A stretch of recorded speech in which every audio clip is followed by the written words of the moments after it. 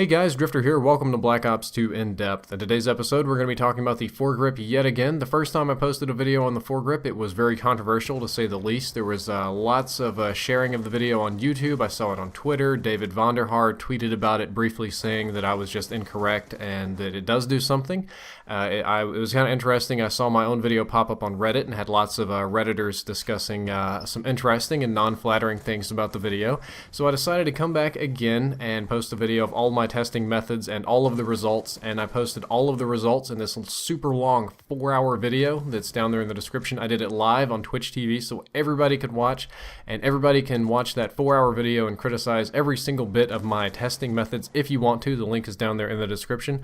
I ran a lot of tests on it. First thing I did is went back to Black Ops 1 and ran wall tests to see if I could get some valid data from there. Then MW3 wall tests to get some previous games going on. Then we did Black Ops 2 wall tests. Then we did Black Ops 2 wall with grip and select fire, grip and rapid fire, grip versus a live human body. I referenced some auto aim on Den Kierson's forums, and I tried my best to eyeball the view kick to see if anything was going on at all. I didn't test moving, jumping, crouching, a lot of other things because there's just too many variables involved, but I did test everything in control, and the results look something like this. It basically looks like a bunch of white ants fighting over there on the left side of my screen, covering everything up. So let's break that down a little bit more.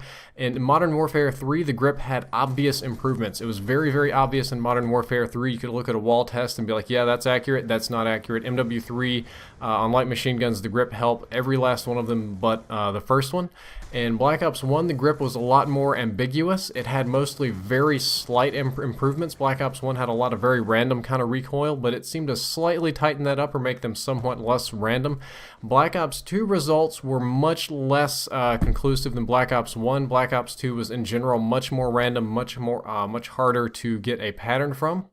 As far as submachine guns go, there were no clear improvements on this class. Some weapons may have had slight improvements or may have been made slightly less random. I posted all of the results down there in the description, so I'd highly recommend you read through these individually. The light machine guns had no clear change either. Sometimes they were different, sometimes they were more random, more vertical, less horizontal, but there was no clear change for the better or for the worse. On assault rifles, it just did absolutely nothing at all whatsoever. Totally worthless on assault rifles, but there were some more ambiguous changes on the submachine guns and light machine guns. When I tested grip and select fire, I got nothing. When I tested grip and rapid fire, I again got absolutely nothing with the exception of the vector. Got a very tiny, I'm going to call it like 5% or less increase in accuracy. Very, very tiny. Almost didn't catch it, but you can read that down there in the description as well.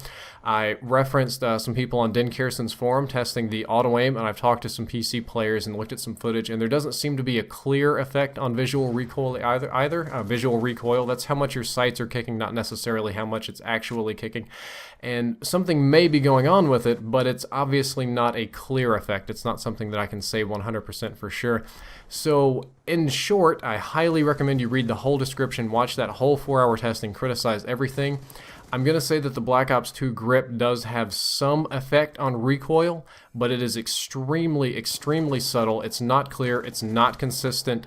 When it does help, it helps in a very, very minor way, and overall, I just think that it's not worth using. It's not worth your attachment point on for that utterly infinitesimally small improvement that can't even be measured. I just don't think that's a good idea, although I will admit that I was wrong when I said that it does nothing. It does something. It's just so tiny of a something I can't hardly see it.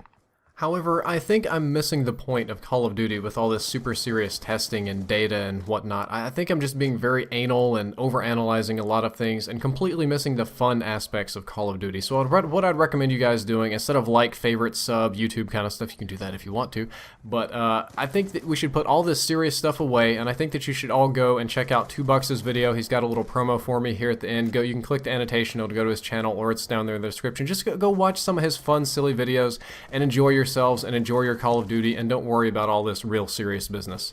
Drifter out.